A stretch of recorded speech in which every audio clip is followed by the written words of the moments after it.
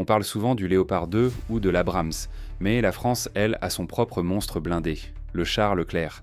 À la fin des années 70, l'armée française utilise l'AMX-30, un char mobile mais peu protégé. Face à la menace soviétique, il devient urgent de concevoir un blindé plus moderne et plus résistant. En 1992, le Leclerc entre en service.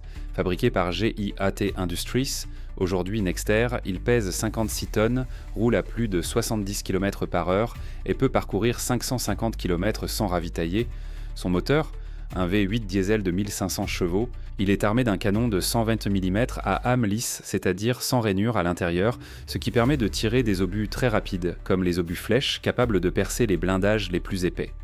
Le rechargement est entièrement automatique, pas de chargeur humain. Résultat, un équipage réduit à 3 hommes et une cadence de tir impressionnante, jusqu'à 12 coups par minute à l'arrêt, 8 à 10 en mouvement, avec une précision redoutable. Mais le vrai atout du Leclerc, c'est sa technologie. C'est un des premiers chars 100% numériques. Visée assistée, gestion de combat, liaison avec les autres unités, tout est connecté. Depuis sa sortie, il a connu plusieurs versions, S1, S2, S21, et aujourd'hui le Leclerc XLR, blindage renforcé, tourelle téléopérée et intégré au programme Scorpion. Il a été déployé au Kosovo, au Liban et récemment en Roumanie. Et même s'il n'a jamais été engagé en combat intensif, il est considéré comme l'un des meilleurs chars de sa génération. Seuls 2 pays l'utilisent, la France et les Émirats arabes unis avec une version adaptée au désert. Point fort, mobilité, cadence, précision, technologie. Point faible, coût élevé, logistique exigeante.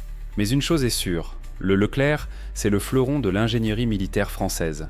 Et toi, tu penses que le Leclerc est sous-estimé ou surcoté ? Donne ton avis en commentaire et abonne-toi si tu veux aller plus loin dans l'histoire militaire.